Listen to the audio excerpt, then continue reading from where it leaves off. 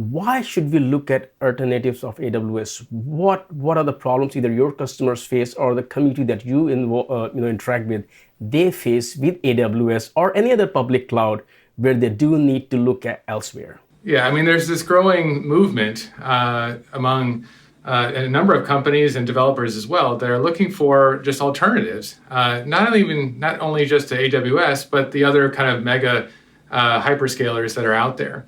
And what they're looking for is kind of what they used to get, which is the great personalized service. They're looking for better, lower costs. Often you can save over half of your infrastructure costs by moving to an alternative provider.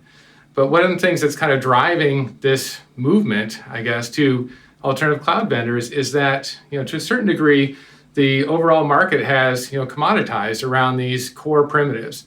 And so what was once only available from providers like Amazon and some of the other larger ones is now available from a broader breadth of alternative cloud vendors.